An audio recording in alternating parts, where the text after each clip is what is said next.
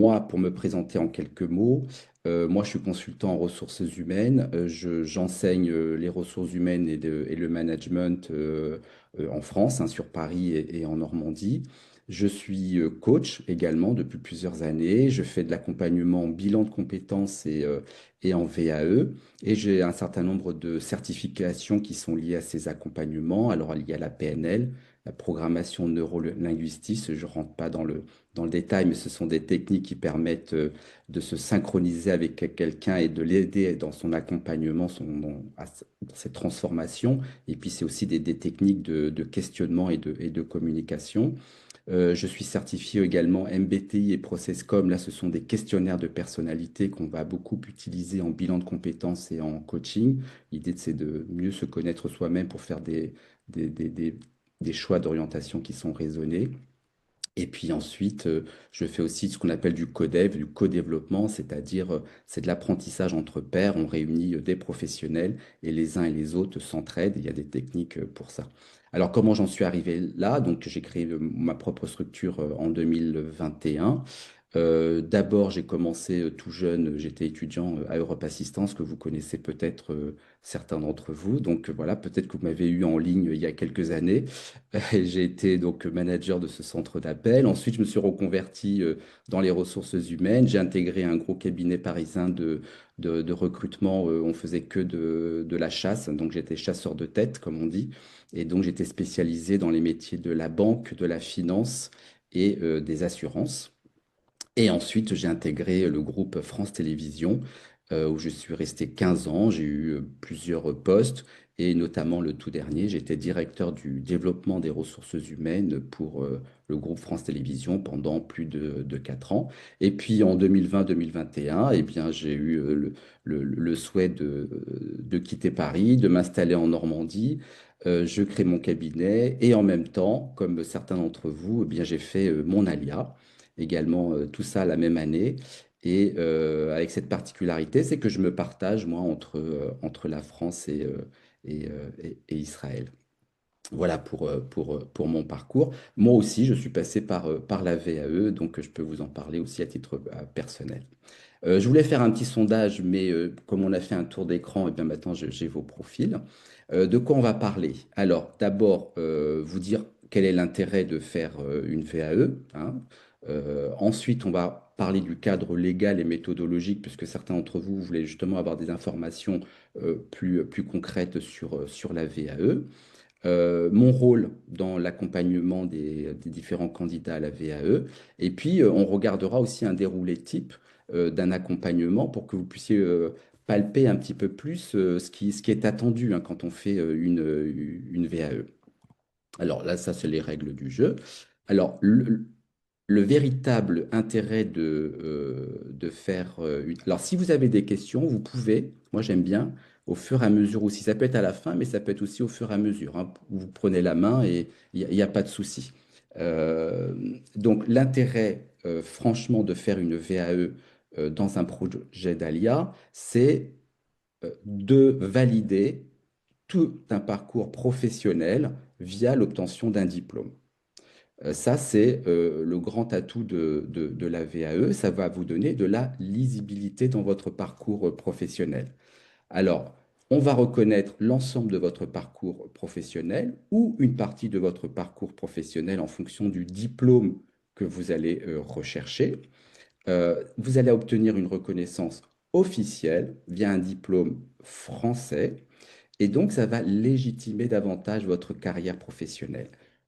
Plus concrètement, on va faire le lien entre ce diplôme que vous recherchez et votre projet israélien. C'est-à-dire que dès le début, on va s'intéresser à votre projet israélien et voir en quoi la VAE, et donc l'obtention d'un diplôme, va venir renforcer, structurer, améliorer votre projet israélien.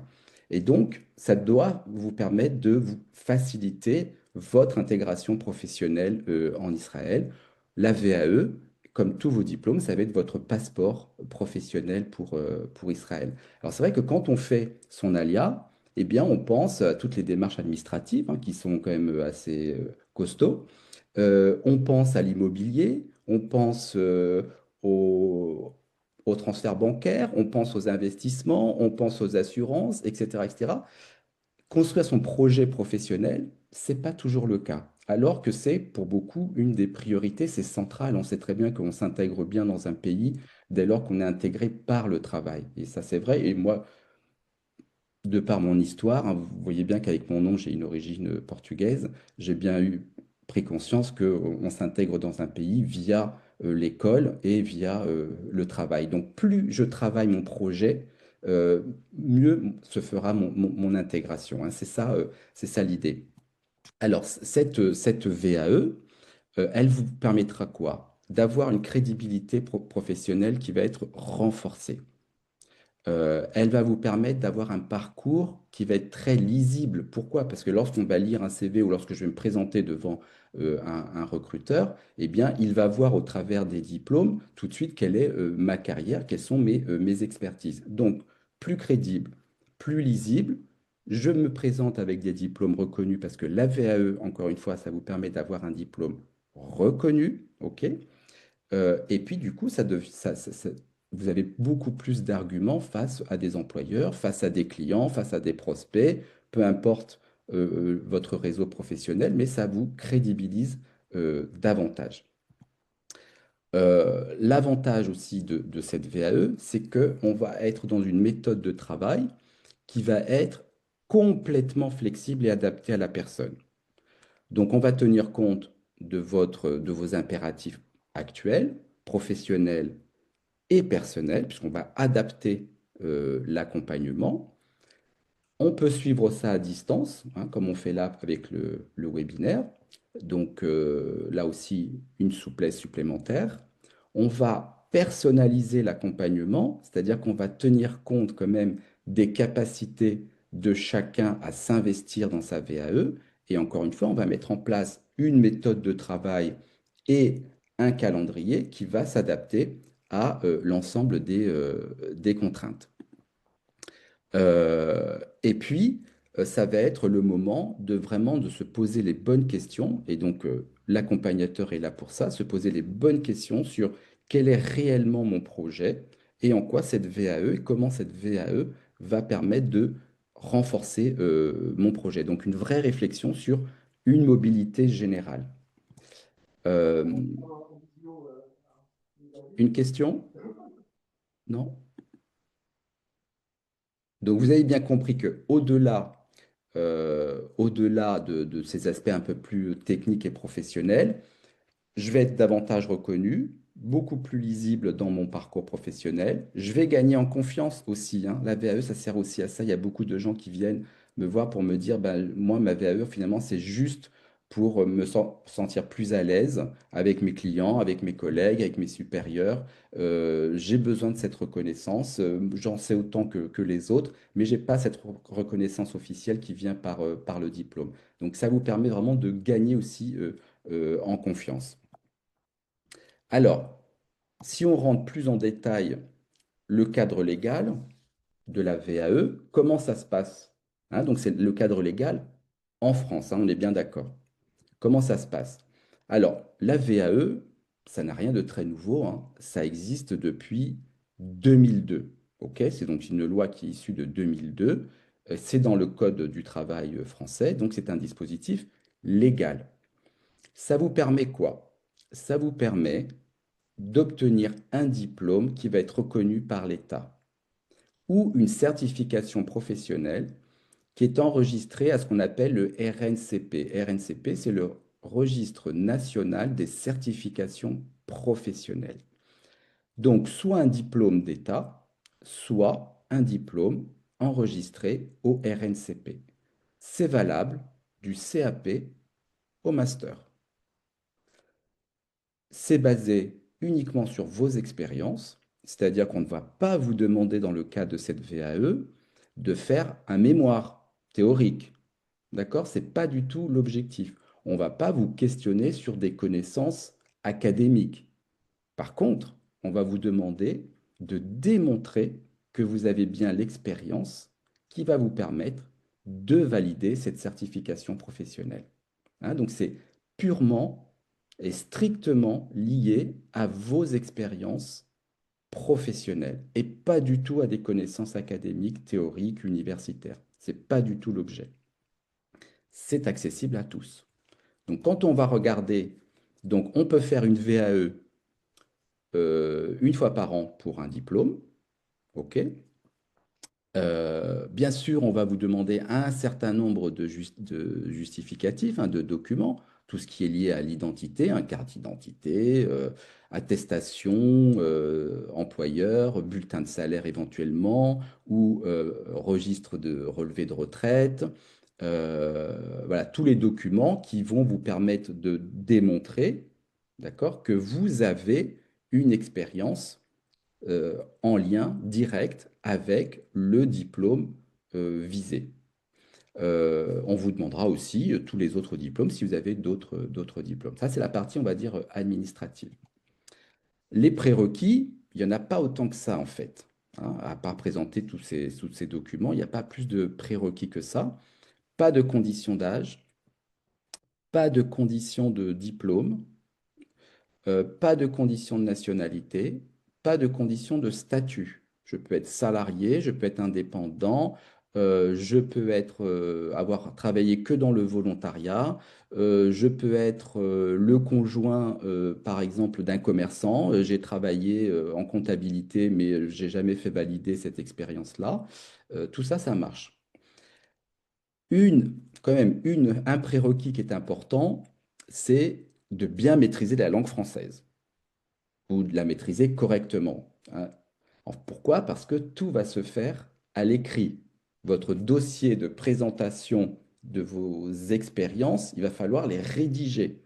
D'accord? Donc, il faudra avoir un certain niveau à l'écrit de français.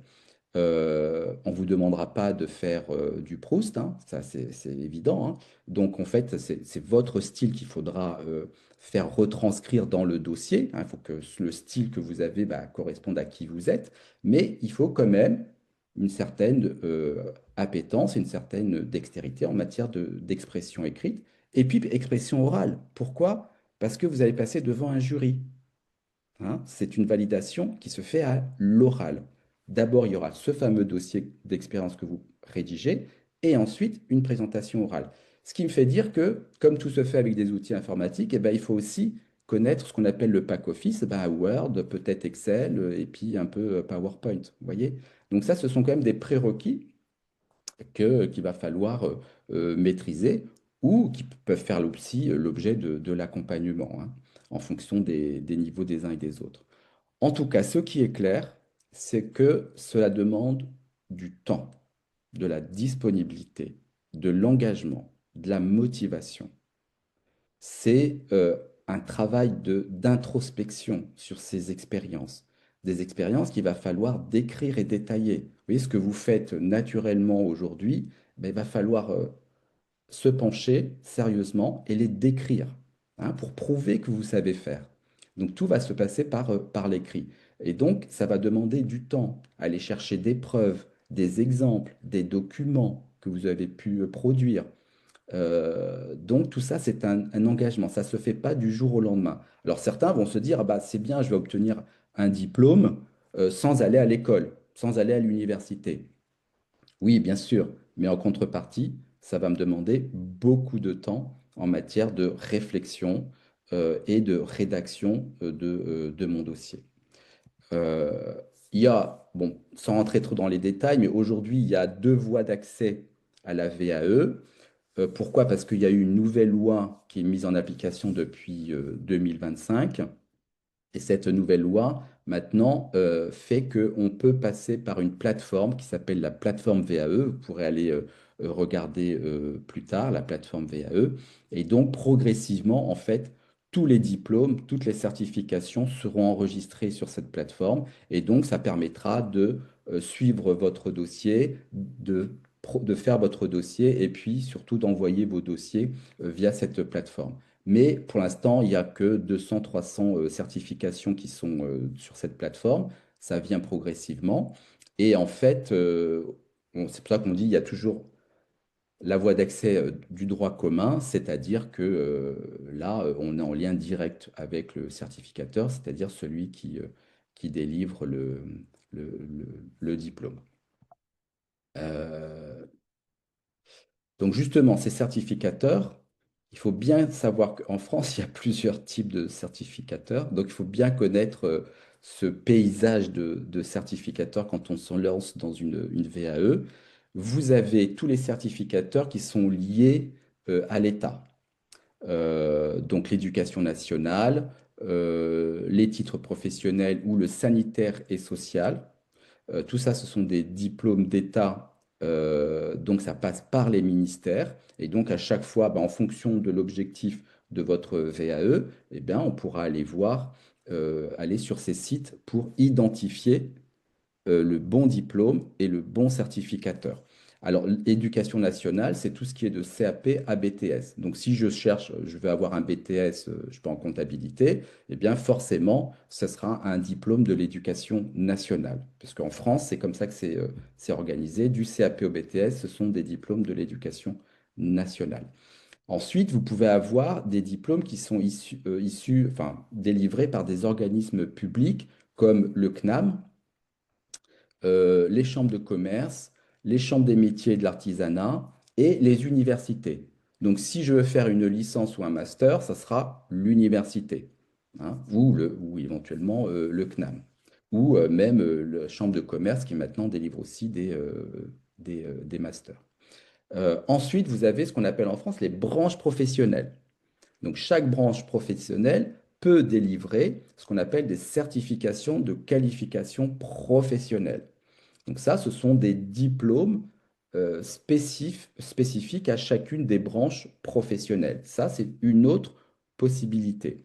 Et puis, ensuite, ben, vous avez toutes les écoles privées qui délivrent des tas de diplômes et donc de certifications dans tous les domaines, dans tous les secteurs. Ça peut être la comptabilité, ça peut être la finance, ça peut être les ressources humaines, ça peut être le management, ça peut être voilà, tous les domaines. Donc ça, les organismes privés.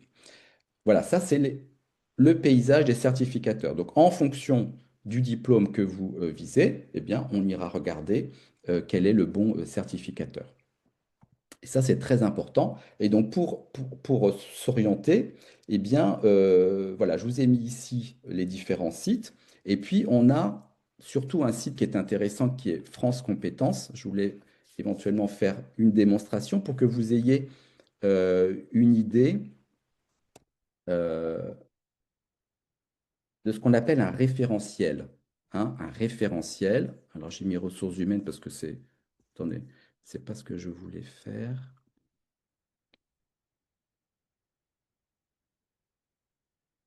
Alors, ressources humaines, qu'est-ce qu'il me donne? Rien. Ah, attendez.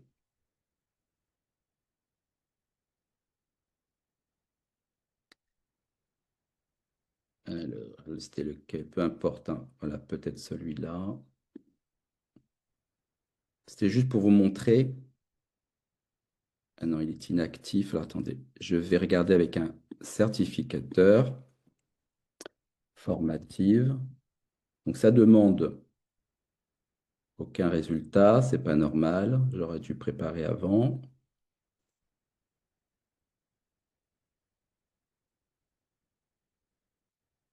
Donc, normalement, sur ce site, il y a toutes les certifications. Attendez, là, je ne vois pas. Tac.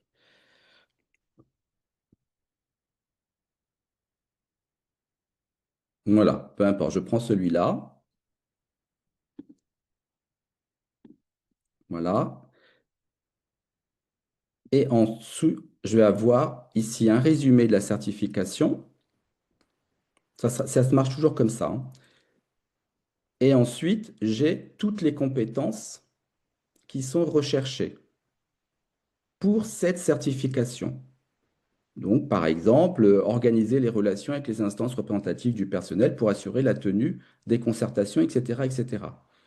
Donc, pour chaque référentiel, ils sont tous conçus un peu de la même façon. Ici, à chaque fois, ce que vous avez ici, ce sont les compétences recherchées. Donc, en fonction du diplôme que vous allez viser, on va aller regarder le référentiel, notamment sur France Compétences. Et par rapport au référentiel, il va falloir, vous avez bien compris, aller chercher dans vos expériences professionnelles toutes les activités ou l'activité qui va venir prouver que vous avez cette compétence-là. Et ça, il va falloir le décrire par écrit. Et ensuite, faire votre prestation orale. Voilà, donc ça, c'est un référentiel. Et donc, vous voyez bien que le rôle tout de suite hein, de l'accompagnateur, c'est de vous aider à comprendre le référentiel et de vous aider à aller chercher les bonnes activités pour venir illustrer chacune des compétences. Donc voilà, ça, c'est un exemple de référentiel. Est-ce qu'il y a des questions par rapport à ça? Il y a beaucoup de questions, Armando, qui sont arrivées, mais Ah oui, ah, j'arrive pas à lire en même je- temps. c'est ça. Donc, je préfère que vous terminiez la présentation et puis après, on D'accord. va les adresser une à une. Il y en a beaucoup qui sont arrivés entre-temps. Ok, ça marche, ça marche. Alors je vais continuer. Ok, vous voyez bien le support là, c'est bon? Ok, super. Voilà, donc je vous ai montré la méthode. Alors comment on va travailler? Là, je vous ai mis les 5 étapes du parcours. Ok? La première étape, on informe, on oriente, c'est-à-dire qu'on va choisir le diplôme en fonction de quoi? En fonction de votre parcours et en fonction de votre projet. Hein. Donc choisir le bon diplôme, c'est déjà quelque chose de stratégique. Ne pas se tromper de type de diplôme et aussi de niveau. Est-ce que j'ai plutôt tendance ou est-ce que j'ai juste besoin d'un BTS ou est-ce qu'il me faut plutôt un bachelor ou est-ce que j'ai plutôt intérêt d'aller directement vers le master, même si je sais que ça va être compliqué. Vous voyez, il va falloir trouver à la fois la bonne thématique, le bon niveau et aussi le bon certificateur. Et on verra pourquoi. Ensuite, on va déposer ce qu'on appelle le livre 1. Donc là, le livret 1, c'est le dossier administratif, ok, avec tous les justificatifs, les diplômes, les relevés de carrière, les attestations employeurs, etc., etc., enfin tout le truc administratif qu'on va envoyer au certificateur. Le certificateur, ensuite, il va vous dire, bah, OK, j'accepte votre dossier. Si c'est le cas, on passe à la troisième étape, c'est-à-dire qu'on va constituer ce qu'on appelle le livret 2.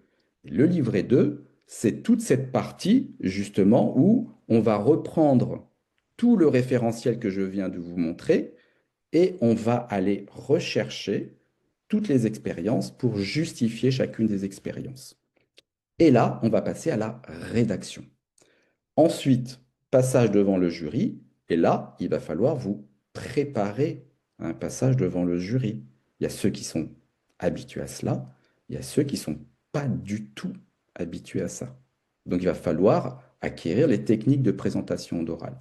Et ensuite, cinquième étape, on fait un débriefing. Une fois que la personne a le résultat, on fait un débriefing sur, on fait un feedback sur ce qui a pu marcher ou moins bien marcher, et on se projette tout de suite sur le projet à venir.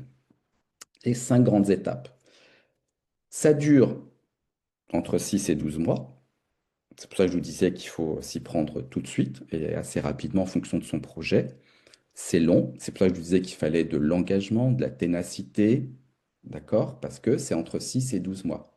À cela s'ajoute le calendrier qui est imposé par le certificateur que vous aurez choisi. Hein, chaque certificateur, eh bien, va avoir son propre planning. Certains vont dire, ben, on fait des certifications tout au long de l'année. D'autres vont vous dire, ben, pour nous, c'est juste une fois par an. Et d'autres vont vous dire, eh bien, c'est 2 fois par an, par exemple. Alors, en général, les universités, c'est 2 fois par an, mais à des dates précises.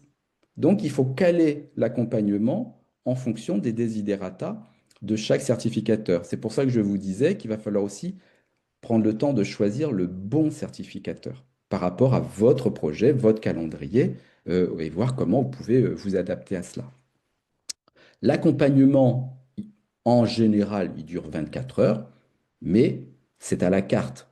Donc, certains vous disent, ben moi, j'ai juste besoin d'être accompagné au tout début pour bien choisir mon diplôme et ma certification. D'autres vont vous dire, ben non, moi, c'est plutôt dans la constitution du dossier, dans la rédaction, trouver les activités, organiser les idées, être cohérent dans ma rédaction. J'ai besoin de cet accompagnement. Et d'autres vont vous dire, ben non, moi, c'est plutôt la partie présentation à l'oral. Vous voyez, donc on peut être très modulaire dans l'accompagnement. Mais si on fait un accompagnement global, en général, c'est 24 heures. Et tout ça, ça peut se faire à distance. L'accompagnement, il est basé essentiellement sur quoi? Sur ce qu'on appelle des entretiens d'explicitation. D'accord? Il n'y a rien d'autre. Hein, on questionne, on questionne, on questionne, on questionne. Hein, on vous tire les verres du nez. OK? Et ensuite, on vous dit comment mettre par écrit tout ce que vous venez de dire. Donc, il va y avoir une méthode, hein, de questionnement, de réflexion, d'introspection, d'analyse des informations, de recherche d'informations, etc., pour être le plus explicite possible. Donc ça, c'est une méthode. Voilà. Mon rôle en tant qu'accompagnateur, hein, vous l'avez bien compris, c'est de vous aider à bien choisir le diplôme, d'accord, et le certificateur. Ensuite, c'est de trouver par rapport à vos desiderata le bon type d'accompagnement, le bon calendrier, la bonne durée, les bonnes méthodes et surtout être au clair sur la méthode de travail. Parce que comme vous l'avez vu, ça dure longtemps, 6 à 12 mois. Donc, il faut de la régularité, il faut être persévérant. Et donc, l'accompagnateur, il est aussi là pour vous dire, nous avons rendez-vous dans 2, 3 ou 4 semaines. Et donc, pour tel rendez-vous, il faudra que vous ayez fait ça, ça et ça. OK? Et à ce moment-là, on passera en revue ce que vous avez fait. Ça marche? L'objectif, bien sûr, c'est que vous présentiez un dossier écrit qui soit clair, le plus pertinent possible et qui valide 80 à 90% de toutes les compétences qui figurent dans le référentiel. D'accord? Parce que pour avoir le diplôme, il ne faut pas forcément avoir 100% du référentiel, mais en fonction du certificateur, il va vous dire bah, c'est 70, 75, 80 ou 90% de l'ensemble des compétences qui figurent dans le référentiel. Donc l'objectif de l'accompagnateur, c'est vraiment ça, c'est de vous aider à bien écrire votre dossier et à enrichir son contenu. Comment ça se passe? Le déroulé type de l'accompagnement. Alors, vous avez bien compris qu'il y a avant ce qu'on appelle la recevabilité, après la recevabilité et l'écriture. Là, je vais rentrer un peu plus dans le détail, mais je vous ai déjà donné l'ensemble des informations. Avant ce qu'on appelle la recevabilité, c'est-à-dire avant d'envoyer mon dossier administratif pour que le certificateur valide euh, mon projet, là, il y a quand même une phase importante. Et quand on est dans un projet d'ALIA, il faut, de mon point de vue, encore plus questionner le projet israélien, le projet professionnel. Pourquoi? Parce que quand je suis en France et que je fais une VAE pour rester en France, certains vont vous dire, bah, moi je fais ma VAE juste pour être reconnu dans mon métier. D'autres vont vous dire, je veux faire une VAE parce que dans mon entreprise, ça me permettra d'accéder à un niveau de responsabilité auquel je ne peux pas accéder aujourd'hui parce que je n'ai pas le niveau prérequis. D'autres vont vous dire, bah, c'est parce que j'ai un projet de reconversion ou j'ai un projet de partir à nouveau dans une formation, mais j'ai besoin d'avoir une formation à un niveau intermédiaire. OK, ça c'est simple, on va dire. Entre guillemets, c'est simple. Quand je suis sur un projet de départ à l'étranger, il faut que je fasse la concordance entre ma VAE et le projet que j'ai là-bas. Donc, on va énormément questionner le projet. Et donc, ça va être une façon pour vous, déjà, d'avoir un pied en Israël et d'aller chercher les contacts, les informations, constituer un premier réseau sur place pour questionner votre projet. Et ça, c'est une démarche qui est indispensable et qui produit beaucoup de résultats. Hein. Pourquoi? Parce que déjà, vous êtes sur place et on voit, enfin, je vous apprends aussi à comment créer votre réseau, comment aller contacter le réseau, comment questionner votre réseau pour, comment dirais-je, pour rendre plus crédible votre projet sur place. C'est-à-dire, je ne pars pas comme ça, bille en tête, ok, j'ai fait ma VAE, je pars et puis après on verra. C'est quand même pas ça l'idée, hein. L'idée, c'est de se dire le plus précis possible, c'est quoi mon projet là-bas? Est-ce qu'il est réaliste et réalisable? D'accord? Euh, et à partir de là, quelle est la meilleure VAE ou quel est le meilleur accompagnement que je dois mettre en place. Donc, dans cette phase-là, pour moi, elle va être essentielle. Bien questionner le choix de la VAE ou de la pertinence de la VAE par rapport au projet. Donc, il va falloir déjà questionner le projet sur place. C'est OK ça?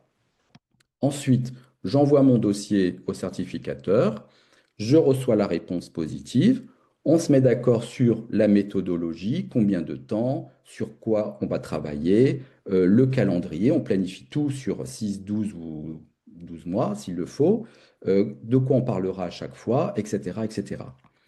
Ensuite, on va commencer à se pencher sur l'écriture. Et là, encore une fois, c'est je prends le référentiel et je vais aller chercher toutes les expériences qui vont me permettre de justifier le référentiel, chaque compétence, mais aussi les preuves, parce qu'on va vous demander des preuves, des mails, des lettres, des notes que vous avez rédigées, des tableaux que vous avez faits, des présentations que vous avez faites. D'accord? On va vous demander de justifier ce que vous écrivez. C'est pas simplement j'écris, hein. C'est je dois donner des documents qui justifient qu'effectivement j'ai la compétence. Alors après, c'est pas forcément sur chacune des compétences parce que quand on est toujours en entreprise, c'est facile. Mais quand on a quitté l'entreprise, c'est quand même plus difficile de trouver des traces de documents. OK? Donc, il va quand même en falloir, mais on verra sur quel type de compétences, hein. Ça, c'est un gros travail de fourmi, je dirais. Ensuite, on va passer à l'écriture. OK? Il y a ceux qui sont très à l'aise, donc ça va être très facile, ils vont être plutôt autonomes. Je peux donner une méthode, un cadre, des questions à se poser pour bien rédiger. D'accord? Et puis d'autres pour lesquels ça va être un peu plus, ça va demander plus d'efforts. OK? Il faut bien savoir que c'est pas l'accompagnateur qui rédige à votre place. Ça, c'est pas possible. C'est pas dans les règles, c'est pas dans la méthode, la méthodologie, c'est pas dans la déontologie non plus. Et ça vous rend pas service, hein. Pourquoi? Parce qu'ensuite, s'il y a un écart entre l'écrit et l'expression orale, bah, le jury le verra tout de suite. On est bien d'accord. Et puis, c'est pas ChatGPT qui va vous le faire non plus. On est bien d'accord aussi, hein. C'est vraiment un travail personnel. OK? Voilà, donc on écrit le dossier, donc ça prend du temps. Ensuite, à la fin, on check tout, hein, compétence par compétence. Et puis ensuite, on se prépare à l'oral. OK? Alors pour certains, ça va être juste 1 heure de training. Pour d'autres, bah, il va falloir peut-être un peu plus de temps. Et pour l'oral, c'est à la fois l'expression, mais aussi le support. Et là, je vous ai fait un support, et bah, il va falloir aussi travailler le support. OK? Et donc apprendre à faire un beau support, lisible. Et quelles sont les règles, hein, qu'il faut respecter pour le support. Donc ça, on va faire une préparation au jury. Alors, le choix du certificateur, là, justement, je pensais à ça. Certains certificateurs vont vous demander d'être en présentiel, d'autres en distanciel. Donc là, ça peut être aussi un choix de certificateur. Bah, je vais plutôt prendre un certificateur en distanciel parce que moi, il est hors de question que je retourne je ne sais pas où. Surtout si j'habite Marseille et que j'ai pris un certificateur ou une école qui est, je sais pas, à Paris ou ailleurs, ça ne m'arrange pas trop. Vous voyez, donc on va aussi choisir le certificateur et donc le diplôme en fonction des modalités de passage devant le jury. Est-ce que c'est plutôt du présentiel? Est-ce que c'est plutôt du distanciel? Il faut savoir, par exemple, que les universités elles organisent systématiquement des réunions de préparation obligatoires en présentiel. OK? Donc ça, c'est une donnée qu'il va falloir prendre en considération pour choisir, bah, je voulais faire plutôt un master de telle université, bah, peut-être que je vais passer par un master d'une école privée. OK, mais qui est enregistré au RNCP. C'est pas l'université, mais bon, c'est pas grave. Mais en termes de modalité, moi, ça me va mieux, hein. Voilà. Ça, c'était l'élément important aussi à vous donner. Préparation du jury, voilà, les clés de la réussite, voilà, ça je pourrais le lire tranquillement. Engagement, ça c'est évident. Et disponibilité, pour moi, c'est les deux quand même, et de la rigueur. Mais de l'engagement et beaucoup de disponibilité, hein. Et surtout quand on est en activité, ça veut dire que je vais travailler le soir, je vais travailler le week-end, je vais travailler pendant mes vacances. C'est ça que ça veut dire. OK? Et il faut se rendre compte que votre dossier final, il fera plus de 100 pages, parfois 200 pages de rédaction. D'accord? Donc c'est vraiment. Alors effectivement, je ne vais pas à l'école. Je retourne pas sur les bancs de l'école. C'est clair. Et j'ai pas le temps, j'ai pas les moyens, etc. Mais ça va vous demander du temps sur votre temps personnel. Donc ça aussi, équilibre vie perso et vie pro. OK? Parce que le temps que je peux dégager. Voilà. Donc, en conclusion, ça va vous permettre donc de reconnaître davantage euh, la valeur de votre expérience en Israël. Ça va vous donner plus de poids et de crédibilité, comme j'ai dit au tout début. Et surtout, comme vous avez vu, c'est du temps. Ce n'est pas que mon agenda dont je dois tenir compte, mais aussi l'agenda du certificateur. Donc, il faut planifier au maximum ce type de dispositif. Et si vous voulez en savoir plus, ben, je vais répondre déjà à vos questions. Et ensuite, je vous ai mis ici mon QR code que vous pouvez flasher. Et puis, vous pouvez m'appeler et on peut discuter une petite demi-heure pour débroussailler un peu vos situations et que je vous dise, bah oui, VAE, ça peut être sympa ou pas du tout, on peut envisager plutôt autre chose.